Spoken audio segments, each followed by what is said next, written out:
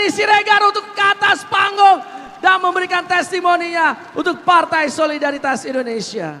Pertama kali saya melihat seorang Joko Widodo itu menangis.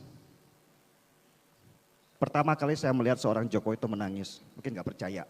Menangis bukan keluar air mata, tetapi wajahnya geram dan matanya merah. Jokowi cerita kepada kami pada waktu itu. Kalian tahu berapa biaya yang harus dikeluarkan negara untuk pengamanan demo-demo besar seperti 4.11 dan 212? Berapa? Kami nggak tahu. Dan Jokowi bilang, sekali demo negara harus mengeluarkan uang pengamanan untuk mereka saja 100 miliar rupiah. Dan negara sudah mengeluarkan 200 miliar rupiah hanya untuk mengamankan acara mereka saja. Dan mereka masih merencanakan 8 demo lagi sehingga negara harus menyisihkan sekian ratus miliar rupiah lagi. Dan saat itu saya melihat rahangnya seorang Jokowi itu bergerak. Matanya merah. Saya baru pulang dari Papua. Di sana saya melihat banyak warga yang bahkan ketika anaknya sakit, dia harus berjalan 4 hari 4 malam lamanya untuk mencari sebuah puskesmas. 4 hari 4 malam lamanya. Dan saya harus membuang 100 miliar rupiah di sini hanya untuk pengamanan.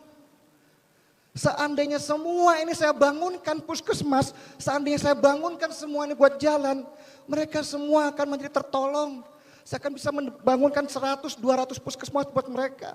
Saya bisa bangun berkilometer-kilometer jalan untuk mereka. Dan sekarang kita menyia-nyiakan apa yang sebenarnya kita punya. Jokowi geram pada waktu itu. Dan saya untuk membuktikannya, saya ke Papua, saya pengen tahu. Datanglah saya ke Desa Ampas. Desa Ampas itu adalah desa kecil di dekat Jayapura. Listriknya baru menyala di tahun 2016.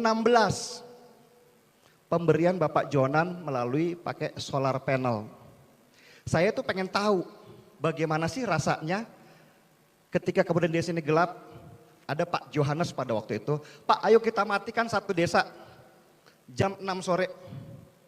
Dimatikanlah, gelap. Saya bahkan tidak bisa melihat Pak Johannes. Selain beliau hitam, ya, dan saya merasakan betul-betul kegelapan. Akhirnya saya memahami kenapa orang Papua minta merdeka.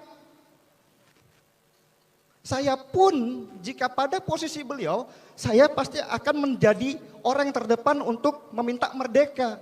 Dan Pak Johannes bilang, setiap anak kami lahir Bang Denny, tidak pernah kami bilang bahwa mereka adalah anak Indonesia. Mereka adalah anak Papua. Karena Indonesia telah meninggalkan kami menjadi anak tiri di negeri yang besar ini. Pak Johannes bilang. Tetapi sekarang Pak Jokowi sudah melakukan pembangunan di sini, sudah ada listrik, sudah ada pengobatan, dan Pak Johannes menepuk pundak saya. Sampaikan Abang Denny kepada Bapak Jokowi bahwa kami sekarang menjadi putra Indonesia.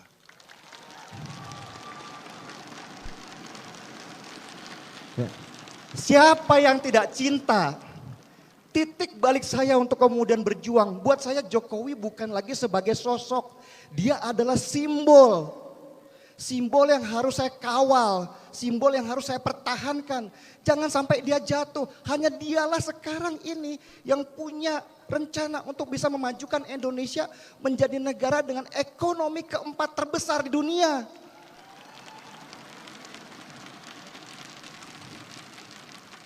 Hanya Jokowi sekarang ini yang bisa.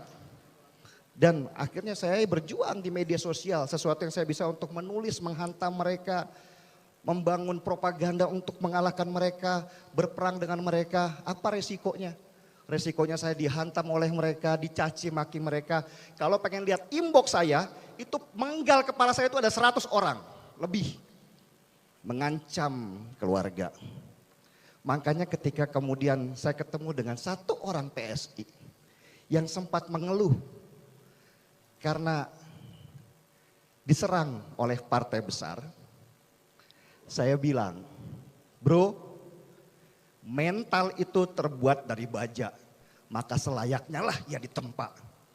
Tempa dirimu. Tidak ada yang besar kalau tidak ada halangan.